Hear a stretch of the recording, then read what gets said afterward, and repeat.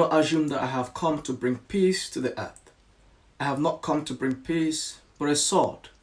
For I have come to turn a man against his father, a daughter against her mother, a daughter-in-law against her mother-in-law.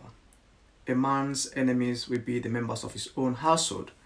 Anyone who does not take up his cross and follow me is not worthy of me. Whoever finds his life will lose it, and whoever loses his life for my sake will find it. These were the words of Jesus of Nazareth. Now, throughout this piece, I'll be drawing from Matthew chapter 10, a passage or a chapter I describe as the manifesto of the Jesus movement, or if you like, the manifesto of Christianity. Growing up as a Christian, I never really knew what it meant to be a Christian.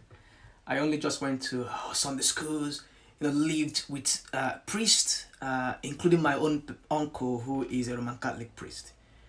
It dawned on me what the Christian movement really entails when I moved to the United Kingdom to study theology and train for ordination. Though I've always been acquainted with my Bible, as you would, but the theological college provided me the space and focus to dive a little bit deeper in the Bible. Now I began to reread the Old and New Testaments again. I began to realize how deeply political the narratives are. The themes running through the Old and New Testament seem consistently about justice and righteousness, the fight against injustice, and of course the quest for liberation. God seems to overwhelmingly operate within these themes and parameters. From what we can deduce throughout the Bible, Yahweh appears to have what I call a preferential option for the poor. Yahweh has a preferential option for the oppressed and the marginalized. And God's relationship with God's people appears to be defined around their mutual responsibilities around these themes of justice, liberation, restoration, and worship. Now, with worship being acceptable to Yahweh within the context of faithfulness to the Torah, which is, if you like, epitomized in justice, liberation, and righteousness. Now, in the New Testament, we see that the same theme of righteousness and justice became the defining purpose of Jesus' ministry. Now, Jesus reading from Isaiah 61 verse 1, the scroll, at the very beginning of his ministry, he read, "The Spirit of the Lord is upon me, because he has anointed me to proclaim good news to the poor. He has sent me to proclaim freedom for the prisoners and recovery of sight for the blind, to set the oppressed free." Now, in fact, Jesus became the embodiment of this vocation, which came to its climax in him. And before his death, which was as a direct consequence of this very vocation that he took upon himself, now he urged his disciples to do exactly the same, which subsequently led to their own demise. Now, Christian faith, as I understand it, is not primarily about signing on for the proposition that there exists some supreme being out there, but it is precisely about signing up for the dangerous task of challenging, subverting, overthrowing, and ruining pyramids of callousness, injustice, hatred, opportunism, and falsehood. Now, Christianity, as Jesus would intend it, is a movement that seeks to overthrow the forces that continue to destroy the promise, that hope, that vision of a better world, a world of justice and righteousness. Now, to be fully committed to the Christian movement, it means being prepared to be discomforted. To truly live like Jesus means no reward, no social recognition, no assured income, no shelter, but of course difficulties, discrimination, solitude, anxiety, and possibly death.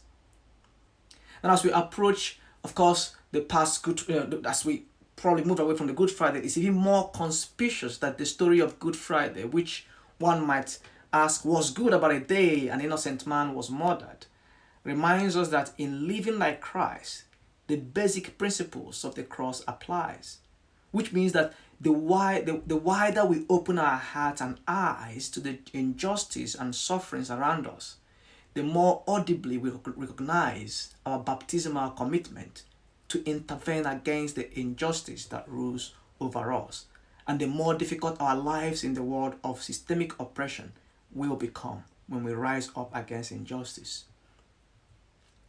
Now, as my favorite activist, Daniel Berrigan, observes, if you are going to follow Jesus, he said, you better look good on woods.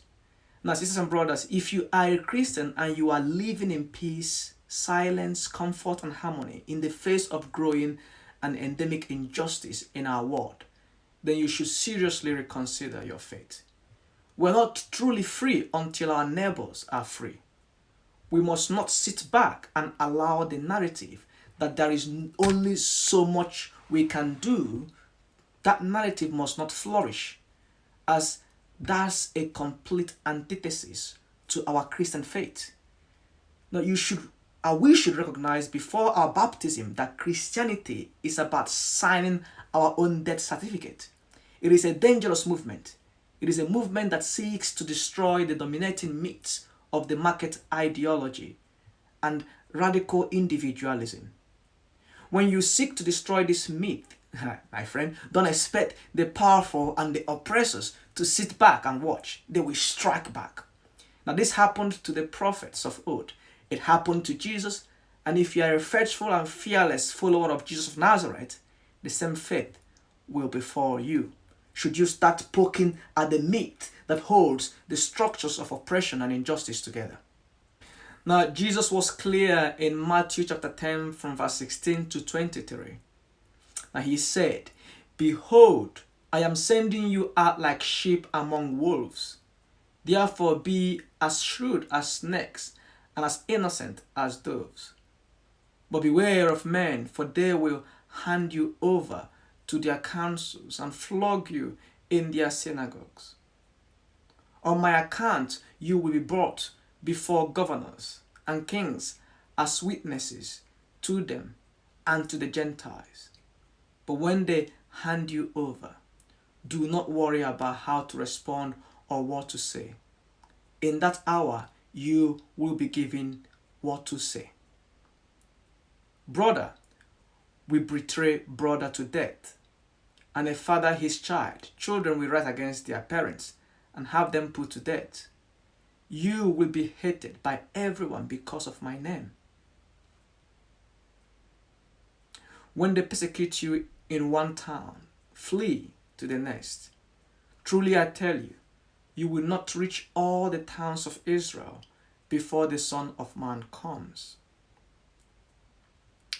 Now, the true Christian faith demands of us to build not a relief bank or a charity warehouse for handouts at every corner of the streets, but that we build a different social order committed to human flourishing for all, not just the few. Now, any religion without humanity and human flourishing at its core is just mere and very poor human stuff. Very poor human stuff indeed. Now, what we see in the Christian movement, especially in the story of the resurrection, is that the cross becomes, as it were, the punishment for the fight for justice and righteousness. Now, becomes the ladder to victory and life abundantly. So we must not, as Jesus insists, fear anybody able to destroy the flesh, but not the soul. Now, Jesus said, "Do not be afraid of those who kill the body, but cannot kill the soul. Now, instead, fear the one who can destroy both soul and body in hell." So, dear true followers of the Jesus movement, go ahead and throw spanners in the works and in the works of injustice and oppression. For God loves us so much to let us be enslaved by false myth.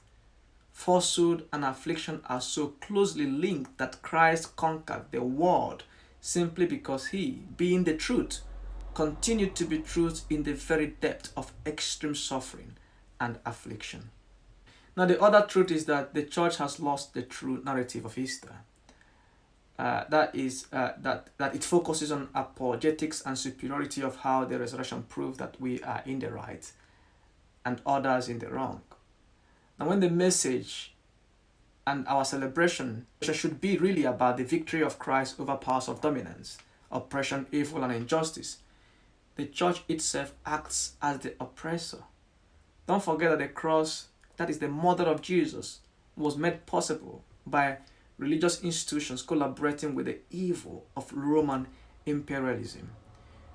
The church as an institution runs on a capitalist machine. So for the church, profit has become extremely important over and above truth. Therefore, when morality comes up against profit, it is seldom that profit loses. Very, very hard for profit to lose. Now again, Daniel Berrigan, one of my favorite activists and a priest, a Catholic priest, said the church is a major bureaucracy and major bureaucracies are disobedient to the gospel. That was his own words. And I agree, couldn't agree more. And I wonder why Mahatma Gandhi said something along this line. I love your Christ, but not your Christians. Because your Christians are so much unlike your Christ. Now, isn't it ironic that many claim to be Christian but are seldom committed to walking the rough terrain that defines the Jesus movement?